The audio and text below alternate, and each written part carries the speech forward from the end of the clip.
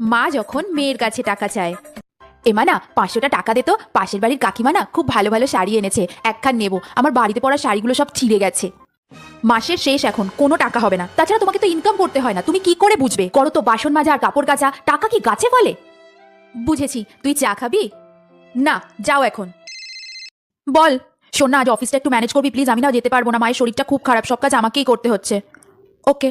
অফিসের প্রেশার আর খামোখা মাকে কতগুলো কথা শোনালাম। সত্যিই তো, আমাকে জন্ম দেওয়া থেকে শুরু করে বড় করা, নিজের পায়ে দাঁড় করানো, এই সমস্তটাই তো মাই করেছে। আমার ছোট থেকে ছোট প্রয়োজন মুখে বলার আগেই মা বুঝে নিয়েছে। কত শরীর খারাপে রাত জেগেছে, নিজের সব কষ্ট সব চাওয়া বিসর্জন দিয়ে আমার কথা ভেবেছে। আর আমি মাকে এভাবে বললাম? মা ছাড়া তো সত্যিই আমার অস্তিত্ব নেই, তাই না? সরি মা, আমি তোমার জন্য 4টে শাড়ি এনে দেবো। আমি তো ভুলেই গেছিলাম, আমি তো তুমিই বলো।